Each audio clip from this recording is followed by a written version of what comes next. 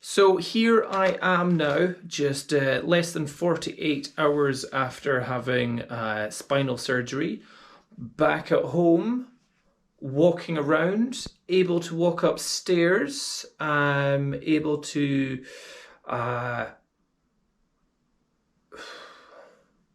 sit on the toilet, but only for 15 minutes at a time, I'm advised. But yeah, walk around and not be in pain. Absolutely amazing. My leg is not in pain. The muscles are still not working yet.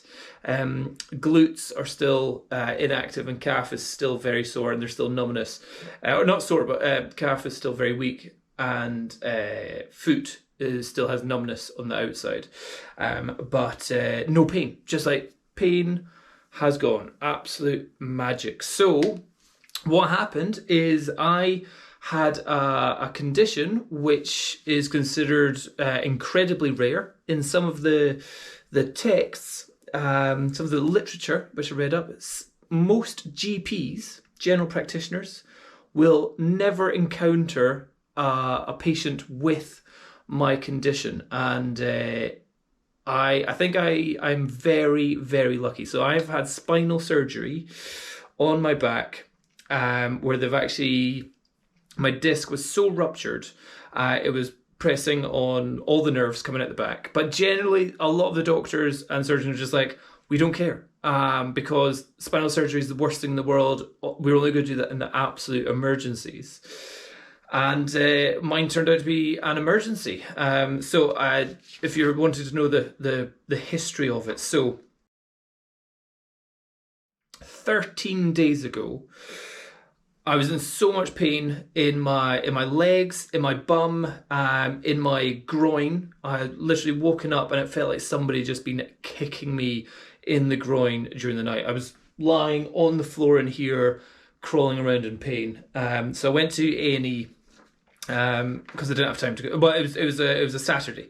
I called NHS 24. They said the conditions you're saying sounds like you should go to A&E. So I went to A&E and I was crawling around on the floor in A&E. I couldn't lie down, couldn't sit down, couldn't stand. I was just completely immobilized, and a spectacular amount of pain. And the doctors came in and just gave me all the drugs, all the painkillers. There's diazepam, there's morphine, there's codeine, there's some paracetamol. Take it all and stay in for a while, see what happens, and then you can go home. So took all the drugs and said, we'll try and get you an MRI. Oh, hold on, it's Saturday, nobody's working in the MRI department. We'll book you in to get one sometime this week. So that week, 13 days ago, pretty much every day looking for the postman, going, is he coming along? Is he going to be dropping off a letter for an appointment? We call up on about Thursday. So Saturday, Sunday, Monday, Tuesday, Wednesday, Thursday. Call about 5 days later. Just say, hey, is there any idea when we'd get the letter? Because we're hoping to get the MRI done this week. And it was very much along the lines of, maybe whenever they have time, they'll maybe send a letter out. And I was like, ooh, right, okay. So then we thought that's a bit not great. So we thought maybe we should try and find and get like a private MRI, so speed that up. Because again, that was just going to be a letter to organise an appointment to get an MRI. So it wasn't like, hey, you get a letter this week and you go get an MRI. And from what I was hearing, getting an MRI might take a long time. Now, during that time, I managed to go back to work a couple of days. I had to increase my painkillers and my other painkiller drugs that I had. So I had some nerve suppressant called pregabalin, a muscle relaxant called baclofen, and just cocodamol as well. So I increased that, and I was able to sit in my car long enough for me to be able to get into work and then hobble around some houses, take photos of stuff. It's a different pain. Oh God, and I can't even laugh without it being sore. Like hands are shaking in the amount of pain. I'm just exhausted. Like the whole drive here, I'm like tense the whole way, thinking I'm going to peel into the hard shoulder because I can't sit in my seat just now. but excruciating pain. Like barely able to sit in the car. Couldn't put any pressure on my right glute. Hanging out the side of the car, one arm out just to get some cold air in because you're starting to sweat from the pain. Just absolutely amazing. Oh my god, oh my god, oh my god, oh my god, oh my god, oh my god.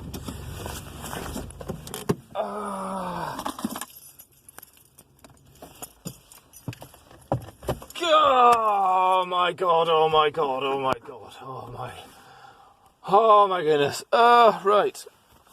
This is a future reminder for future Dom when you don't have blinding sciatica. Just remember to appreciate just how great your life is when you're able to sit in a car and drive. Oh, God. Oh, just now, try to go to work. I managed to drop off Max at nursery this morning and then get back to the house. Did some work standing up at the computer, and that was fine. And then got ready to go out for work. Blue sky. It's like fantastic time to go out, take some photos, and got to the end of the drive, the end of the kind of our street road, and I was like, oh, this is feeling a bit more sore than it was before. Maybe this is going to be a slightly tougher one. So I took 2 cocodamals before coming in. Trigger for this one was I went to the loo before I was about to head off to work, so I was going to be driving for at least 25 maybe 30 minutes to get to my shoot. So I went to the loo and sitting on the loo, obviously it's irritated it. I went downstairs, went on my hands and knees for about 2 minutes or so, and I thought, okay, I should be good now. And then I just got in the car, and just as soon as I sit, it's absolutely horrendous. Just now I think I can walk now. Right, so I just standing's possible because I'm all on my left leg, my good leg, and walking's not so bad apart from the heel of my foot just feels like it's down to the bone. It's really weird. But sitting in the car, travelling anywhere, it's not my back, it's not my foot or my calf, it's just all on my butt. And to the point where I can't drive for more than 5 minutes before having to pull over. Whew. Maybe the painkillers are kicking in now. I'm feeling a little bit, or maybe just I need to drive for 5 minutes and pull over for 10. 5 minutes and 10. 5 minutes and 10. But yeah. Sciatica. Sciatica sucks. Sciatica is a massive pain in the ass. That's what it is. So then Friday, it was pretty bad. Saturday, where I was like, I think this is a flare up. This is pretty bad. Sunday, I thought, it's just another flare up. Excruciating pain, lying on the ground. I thought, what we'll do? On Monday. We'll call up and look. Let's just pay however much it costs to go get a private MRI. So on Monday, I'm again on the ground. Just kind of went, I'm so broken. And we call up a company in Edinburgh that does private MRIs. And we're like, hey, what's the kind of price to get it for just your lower back? They're like, it's about £350 to £400. And we're like, fine, we'll do that. But you need to get a referral from your GP, and we're like, what's the kind of waiting time? Like, it's between 2 or 3 weeks. We're like, oh man. So even if we go private and we pay the £400, it's still going to be a 2 or 3 week wait until we get an actual MRI scan of my spine. So it's like, that's annoying. So I crawled out of here. I was on the stairs, and my wife was saying to me, like, should we call your GP? See if we can get this thing. And I was just like, I couldn't even stand at this point. I was just like, I don't think there's any point. I really don't think there's any point. I can't walk. I can't do anything. I think I just need to go to A&E. I was in excruciating pain, but and this was I've got the time here, 9:30 in the morning. I was just like, I can't wait for the GP to give me something in 2 weeks' time, and I need some of that morphine again, because it's just I'd taken all the painkillers, and it was just having no effect. Painkillers just have no effect on sciatica pain.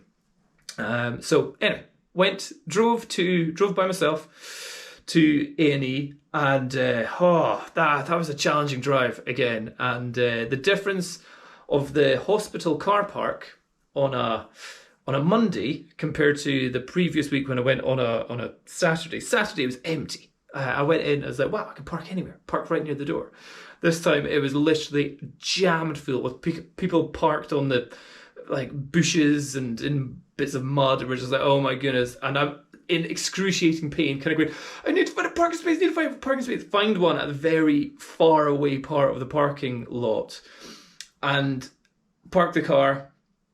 Just got my jacket, got my water bottle with me, hobble down, and I'm holding on to cars. Every time I was going past, I was like, is there anybody in this car? Nobody in this car. Right, I'll hold on to the cars as I make my way to the actual A&E front door. Oh my goodness, when I got on the front door, the lady behind, so we've got our masks on because it's during the pandemic. I get to the front door, and there was something that happened here where the pain just became more.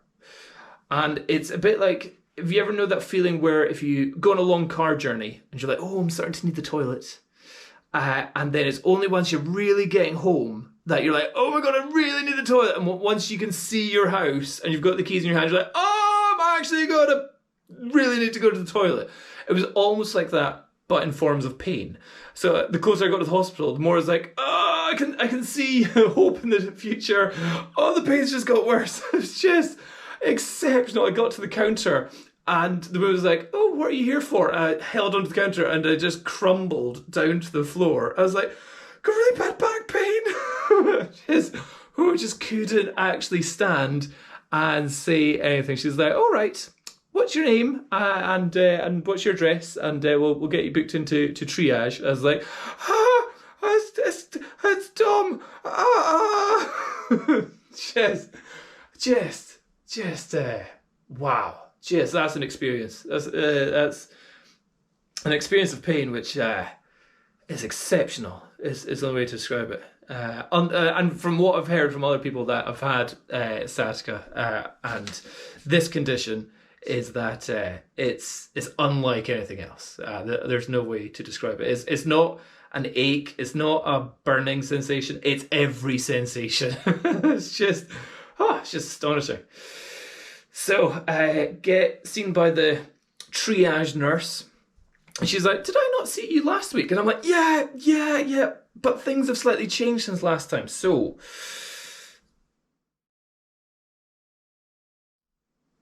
this is the important bit of what changed over the last week.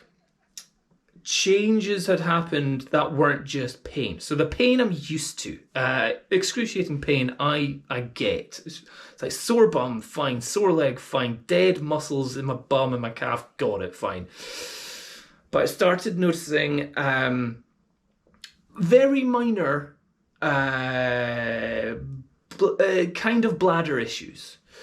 So it would be the case of I would go think, oh, I need to go to the toilet, and I would sit down, and they'd be like, nope, maybe I didn't. Okay, time to go to bed. And I would go to bed going, I feel like I need a wee, but no, nothing seems to be happening here. And that became a little bit more and more happening more often. So I put it down to the idea, because again, it was still huge amounts of pain in the groin area. Again, feeling like somebody just kicked me aggressively, and I thought maybe it's just like, was it shy bladder issue kind of thing? Maybe I just got a shy bladder issue kind of thing. And when I went in to the hospital, they're like, okay, we'll take a scan of your bladder, see how much is in there, and if you could go do a wee, we can see what's going on. The scan my bladder, I had about 300 mils in it, and they said, right, could you go do go do a wee, give us a specimen or whatever it is, and come back, and I couldn't. And I was like, what's going on here? And it really felt like I was needing a wee, and there was that feeling of it kind of going through the tubes, but then nothing was coming out. So unless I had a full bladder, which I found out I can hold up to 900 milliliters in me, there was just things not progressing. I was like, oh, maybe there's swelling going on or something, but there's no swelling in that area whatsoever. They tested other functions downstairs. They got a needle in certain areas. They were saying, oh, we're just checking if you've got sensations here. Stab, stab, stab. Oh yes, I can feel that. And placed a digit where no digit should be placed. And I was like, yep, nope, I can feel that. I can feel that. And then they're like, okay, go sit down, take some morphine, and we'll get you booked in for an emergency MRI. I was like, okay, that's great, just the morphine. And the morphine just didn't seem to be working either. It was just like this pain, and all the drugs they're giving me just isn't really doing the job here. So I got to the hospital, I've got it written down here. So on Monday morning, got to A&E at 9:30, and they said, we'll book you in for an MRI. It might be around about 4 o'clock. I got it a little bit early, got it at 2:30. And while I was waiting there, I was kind of like standing up, doing stretches, kind of thinking, oh, I should do something. It's, it's all just my spine and sciatica, fine, and I'll be out of here later on today, and they'll just give me some new medication, or it's like maybe an injection in the spine, something like that. I don't know. I haven't had one of those, but I hear some people can have that. Maybe they could give me an injection. That sounds fantastic. Get to the MRI room. Goodness me, they took their time. They wheeled me along from the place that was the day surgery that I was in, and I was like, I can't sit in the wheelchair. I cannot sit. I was like holding on, because again, the pain in the glute was just astonishing. I was like, they get me there, and they just plonk me in the waiting room, and I'm like, I need to get up. And I was like holding on to the thing, whimpering, and I was like, this is ridiculous. And then like, okay, you can go through to the changing room. So I go into the changing room, put on the gown, and then I'm waiting there forever. And they're like, oh, did they not give you any pain meds before you came along? I was like, I think they did, but time is kind of a bit confusing for me just now. And I was on a chair, like holding on to it like this, and I was trying to do like some Wim Hof breathing techniques to go into a trance, effectively. I just trying to get through the pain, and they just took forever to get me seen, or at least it felt like that. So I couldn't sit down, holding onto the chair. And then when they got me into the MRI room, they're like, okay, ready to lie down? I'm like, I can't lie down. Can I lie on my front? Because if I lie on my back, I can't. I'm in so much pain. I'll be twitching and wriggling and all that stuff. Is there a way where I can lie on my front? Like, I think so. We'll need to figure this one out. And I'm like, figure it out quick. So they put me down, and I managed to lie down on my front, got the headphones round, started going beep, beep, beep, beep, beep, beep, beep, doing all that kind of stuff. They had to move some things, put a thing on my back to get the MRI machine to scan better in some sort of way, because normally people are on their back.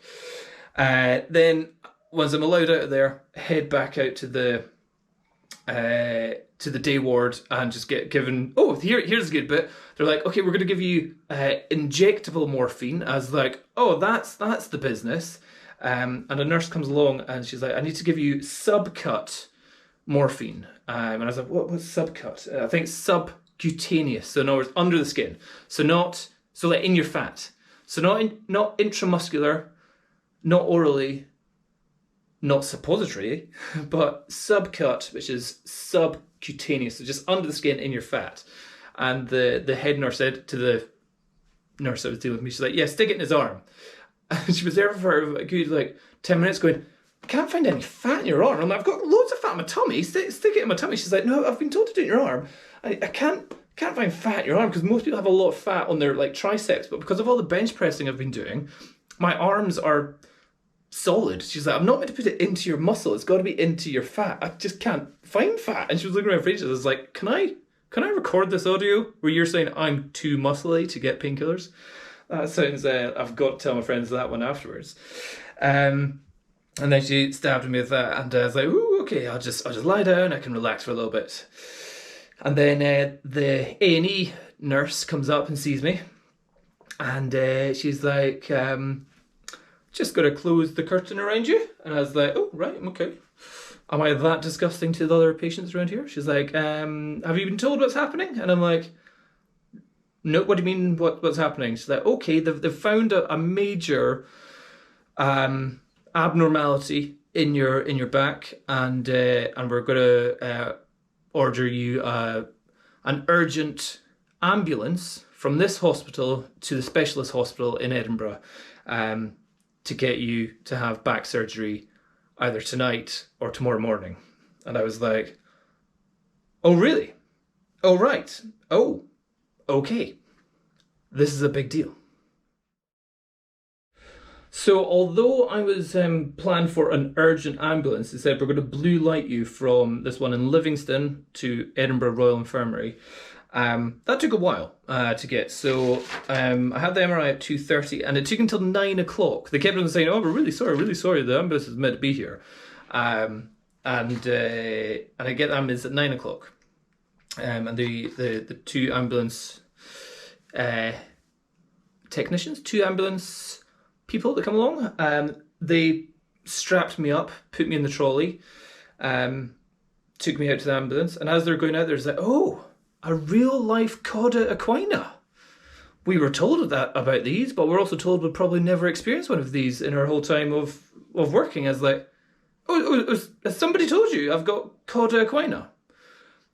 "Oh, I haven't been told that."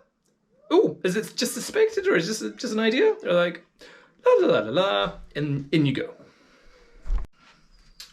So I get to Edinburgh Royal Infirmary, to the neurological department, and once I get there, I get out and get into bed, and get a whole bunch of new doctors to start looking after me, taking my blood pressure all the time. They've put a needle in there, so that they can give me fluids. They keep on asking me when was the last time I ate. I hadn't eaten anything that day.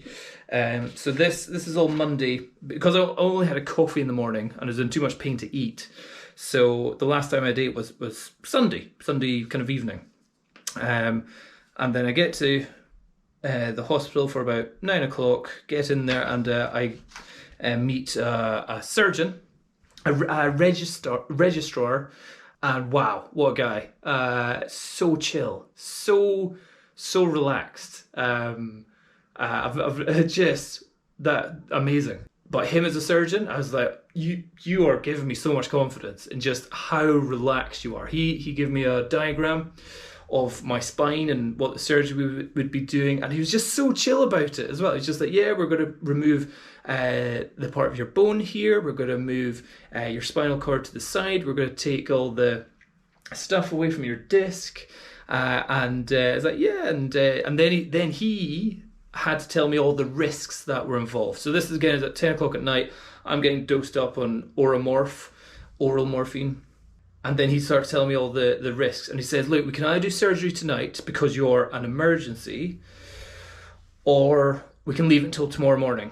And I was like, "Oh, right, okay." And the reason for that, and he said, "Look, let's leave it for tomorrow morning because you've had these symptoms for several days now, and they're most focused on the bladder issues." And so look, because you've had these for a couple of days, there hasn't been an onset really fast. I think we've caught it really early. So let's just leave it until the morning when logistically we can get things sorted a lot more efficiently in the morning. So I was like, fine, I'm up for that, no problem. And then he tells me what the surgery involves, and then he tells me all about the risks that are involved as well, and all the things that might go wrong. So infections, which I could still get. There's infections that could go up to the brain and cause like meningitis. There's a bit where it's saying if there's a scratch of the fan, starts with an F, can't remember what it was, but the actual stuff that coats the spinal cord, fluid can pour out of that and you can have headaches afterwards. I was like, hold on, are you saying cerebral fluid will pour out of my brain then out of my spine. It's like, yeah, it's all attached together, and yeah, it could pour out your back. Oh, that was I was like, wow, okay, didn't know that was a thing. Like, it's just a hose coming out your back, and your brain just loses all its water. I was like, wow, that's a tough thought. So he's like, you could have a headaches afterwards. I was like, okay, I can deal with headaches. That's fine. Let's just deal with my back issue here. And yeah, he was absolutely lovely. Then the week after that, then I had a anaesthetist came along, and again, the anaesthetist came in so chill, so relaxed, come along, crosses his legs, says, let's have a chat. I'm going to be doing your anaesthetist stuff. I'm going to be putting you under. Here's the symptoms that you can have, blah, blah, blah. And I'm like, do you not have these jobs? You don't just inject me and then go away and I'm fine. It's like, no, I'm there making sure that you stay alive. And I was like, oh, really?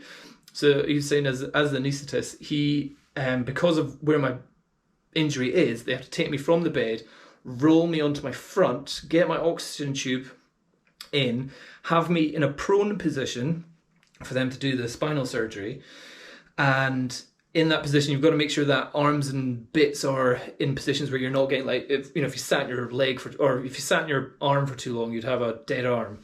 So if you're completely unconscious, you could have a really dead arm and could end up having issues with your arms or your shoulders because you're effectively face down. He said there's also issues with your sight. You could end up having like a scratched lenses because your eyes are down the way, and your lots of things. I was like, oh, right, okay. But he was, again, fantastic. Just, again, their calmness, relaxedness, their professionalness was so confidence inspiring. Again, getting blood pressure every night, told to get a bladder test every time I needed to go to the toilet. Didn't need to go to the toilet. Told not to drink. But the anaesthetist said, actually, you are allowed to drink clear water up until 2 hours before the surgery. It's different in different hospitals. They have different rules. But he was saying, look, don't eat. That's the main thing. But you can drink little bits of water all the way up until 2 hours before the surgery. We don't want you to be suffering and too dehydrated. So I was like, oh, thank you very much. So that was something which may be different in different hospitals. And then it was the physiotherapist is like, I'll be dealing with you afterwards. So lots of people, all very, very good. So then during the night, oh my goodness, the pain was, even though I had a little buzzer on hand to just call a nurse to come along and just give me drugs. There's obviously like time restraints. It's not just like every 5 minutes.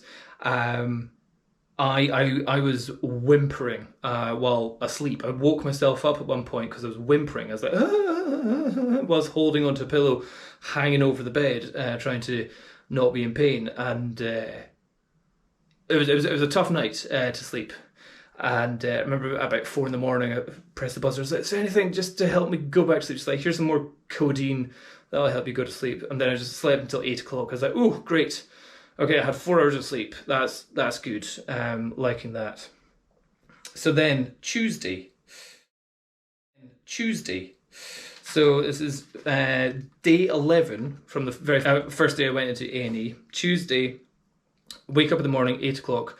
Another surgeon comes in. So this is the next level up. So I met the registrar doctor. And then the level up from him was the consultant surgeon, who I met, who he even said, sorry to be brutal, I don't care about your pain. So he came in, I said, right, before we do your surgery, we need to find out why have you got here? So I started getting the whole story. He's like, oh, well, 4 months ago I was gardening, lifting up bags. He's like, no, just give me the last 2 weeks. I was like, okay, lots of pain in my leg. And I was telling him all about the pain. He's like, I don't care about the pain. Tell me about the bladder. I'm like, oh, right. He's like, sorry to be brutal. Pain doesn't matter. I was like, oh, right, okay. Tell me about your bladder. I was like, okay, told him about the feeling that I need to go, can't go. It was called urinary retention. And he's like, right, okay, super.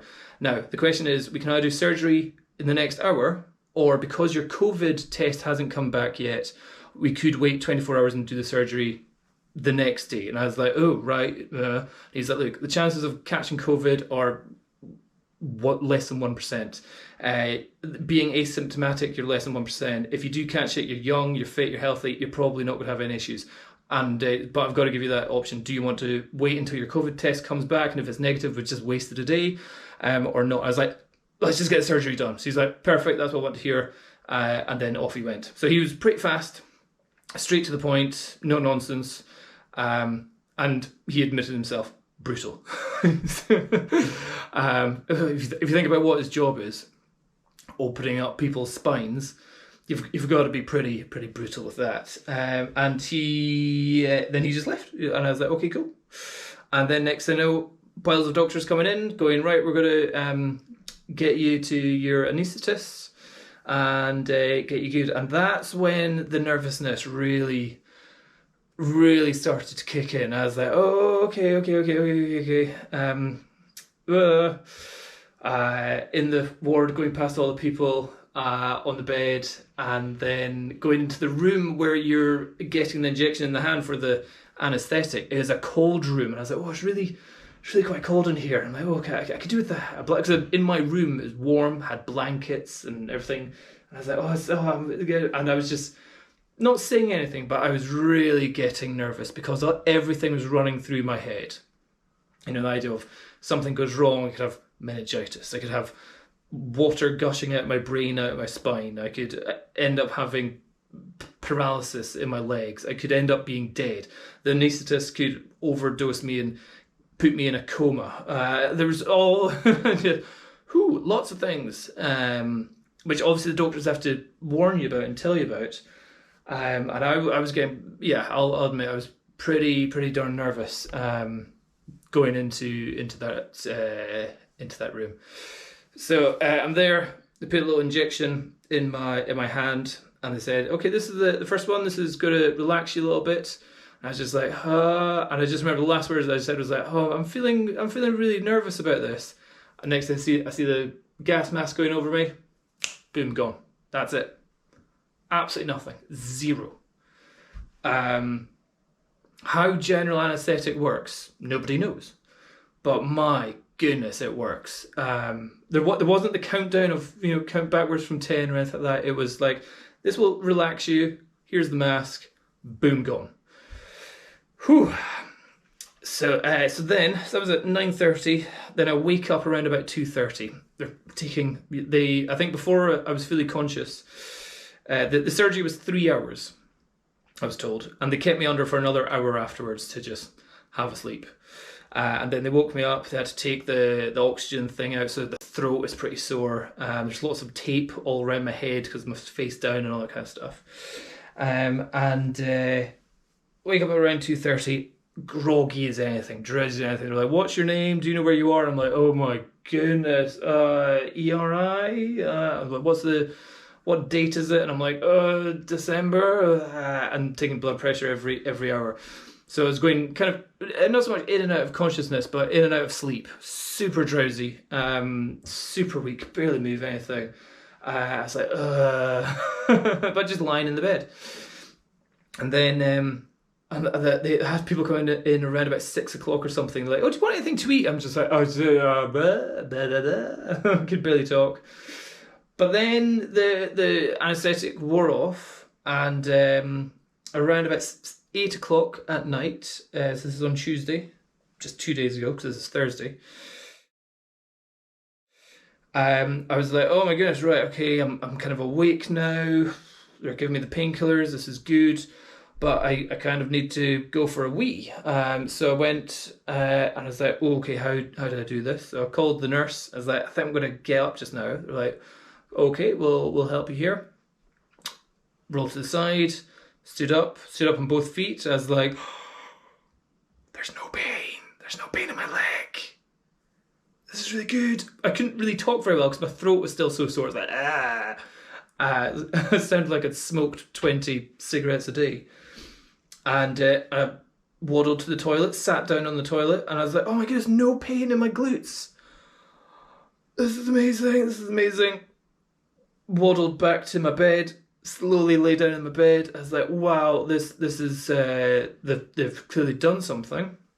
So I start FaceTiming my wife and family and all that stuff, because I'm now able to consciously chat away to people. And then I go have a look at the scar. So the scar, if you want to see, is just down there. So I've got the clips. If you can see that, maybe you don't want to see that. Down there.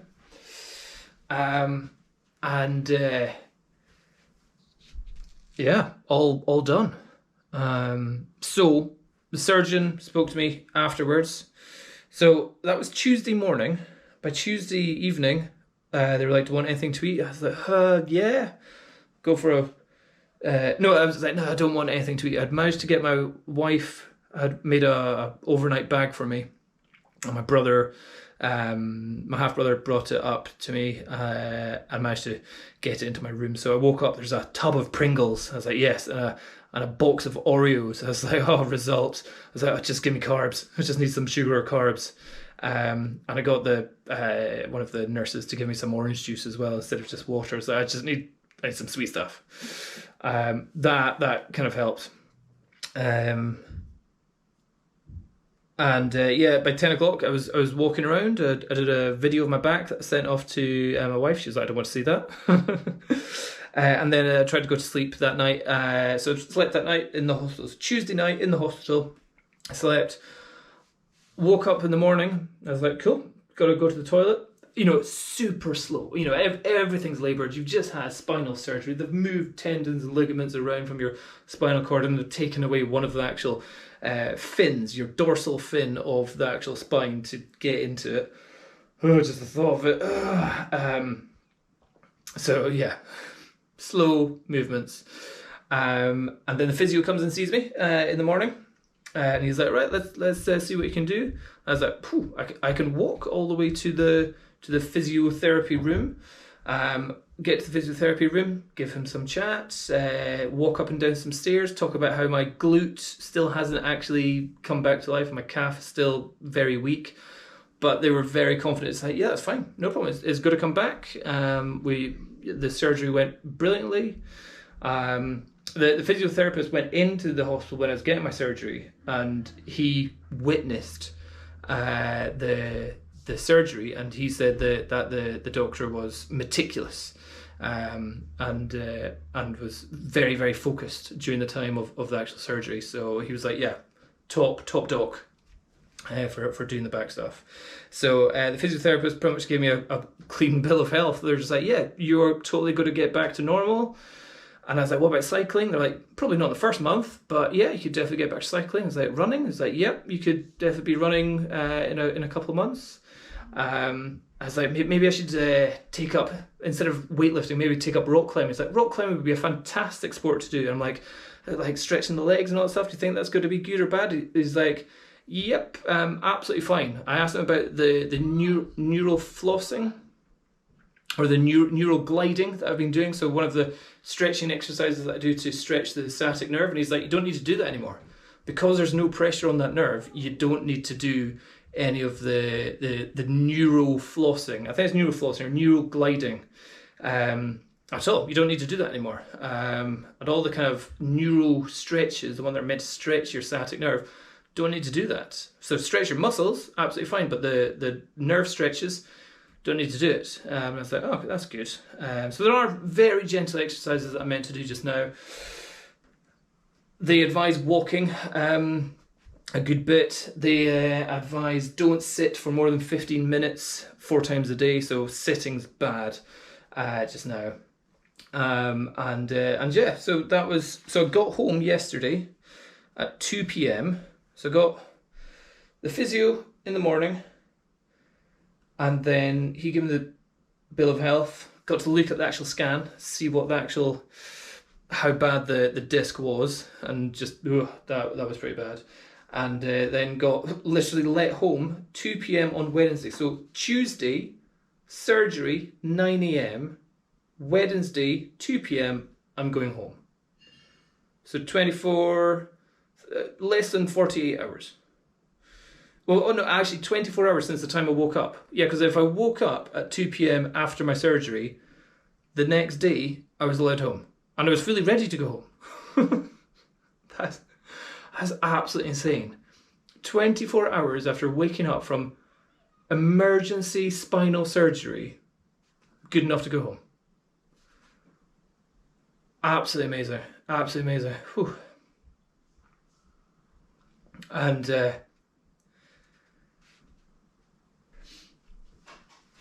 so getting home was good. Having to make sure you are careful around the kids. They're all obviously wanted to come and give cuddles. And then it's like, oh, I think I might just go lie down upstairs in the bed, and the kids are like running in, going, ah, and I'm like, no. So yeah, it was so close to Christmas. Getting home for Christmas, fantastic. Or today's Christmas Eve, so yeah, just trying to make sure I'm up and moving and walking around. I can walk up and down the stairs, which is great. Not in pain, but obviously just super delicate of the back. There is a lot of pain in the, it feels like there's a pile of swelling, and I think the pain, I've been told, is going to increase as the healing process continues. So as the scarring is forming around the area, there will be more pain and irritation and all that kind of stuff. So they're saying just keep taking the painkillers, keep on top, ride the pain wave. It's like stay in front of the pain with the painkillers before it gets too bad, and just try and be as active as possible. So no bending, no sitting, no lifting anything for the next 2 weeks, no driving for the next 2 weeks, possibly the next 4 weeks, and yeah, so, but otherwise, so what the surgeon came in and said there is a danger of a reoccurrence. So the whole issue can be a reoccurrence at any point. It could be the next 4 weeks, it could be the next 12 weeks, it could be the next 5 years. What he said is that if there's a reoccurrence in the next 4 weeks, doing surgery is good because the scar tissue hasn't formed strong at that point. Said, but if there's a reoccurrence at 12 weeks or something like that, they're saying just deal with the pain, because if they do surgery at 12 weeks, they're going through tough scar tissue to deal with it again, and creating more scar tissue, which can just be a lot more pain after the surgery. And I was like, oh, so what can cause the reoccurrence? Is it from doing too much physiotherapy, doing too little? Is it sitting too much, not sitting too much? He's like, there's no rhyme or reason. You could be either completely on point with your physio and have a reoccurrence. He says there's about 10% reoccurrence. Or you could be lazy and do nothing and have a reoccurrence. There's no cause that they can say that, well, that is the definitive reason of why there might be a reoccurrence. So it's just something to be aware of going forward. So although I'm feeling great, I'm home, and I'm walking and I'm not in pain, I have to be aware that I will be still in pain. There will still be numbness. There is still muscle activation that needs to come back because the nerve was just effectively so crushed. And there's strength that still needs to come back in the calf, and there is potential reoccurrence at any point as well. So just gotta be, and I said, do I just need to be constantly careful my whole life going forward? And it's like, it doesn't matter. They're like, it can happen to anyone at any time for no reason. You know, somebody could do it when they have a sneeze. Somebody could do it when they're lifting 200 kilograms. There's not a particular reason for it. There's nothing that you can lay fault at. But they did say avoid twisting things. I think the surgeon said if you were a professional golfer or a professional cricketer, because of all that twisting, they say, yeah, maybe retire if you're doing that, or maybe take a little bit longer before you're back to doing golf again. But they weren't like, don't do golf, or don't do cricket, but just it's going to take a long time for you to actually be able to get back to that. But they were fully confident of, yeah, you will be back to total normal. Even though we've taken a bit of your spine out and drained the disc of your of the jam inside the disc in your spine, yeah, back to normal. Go back to completely normal life. So first day home, halfway through the day, walking up and down the stairs, giving myself my coffee, been to the toilet quite a few times, but still not had any bowel movement yet. So that is partly because I didn't eat on Monday. I had about a 72-hour period of fasting, effectively. Because they kept saying, "Oh, it's when was the last time you ate?" And I was like, "Sunday." They're like, "It's Tuesday now," and I'm like, "Yeah." It's like because I've been in hospital at that time, so I effectively fasted for 3 days and then just ate Pringles. So probably not the best diet to start off with, but you've got to eat what you've got to eat. But then I had baked potato after that, and then I made sure I had some oatmeal porridge this morning too, with lots of nuts and seeds in it to really make sure that things are working down there, but still nothing. And they give you lots of laxatives as well, because you don't want to be straining at all with your back in this position. But so far so good. One day after Cauda Equina, something which most GPs won't ever see in their whole entire career, from what I've read, an emergency ambulance, blue light ambulance to a specialist hospital for emergency surgery. 1 day later, back home. 2nd day later, walking up and down the stairs. Absolute magic. So yeah, that was the story of how my back got so bad I needed to get emergency surgery for my spine. And I now don't have one of my spinal bones. So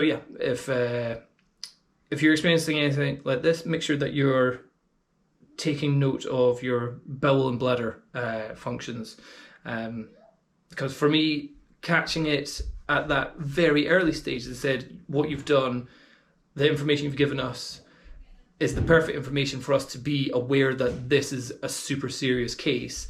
If you'd waited more than another day, 2 days or something, you could have complete loss of bowel and bladder functions, and permanent loss in your legs as well. So I was like, oh, good timing. So yeah, well done surgeons, well done anaesthetists, well done physiotherapists, well done MRI people. Great job.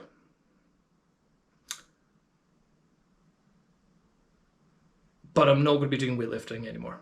That's for sure. Said I'm going to try and take up rock climbing again. That sounds better. So there you go. That's what happened.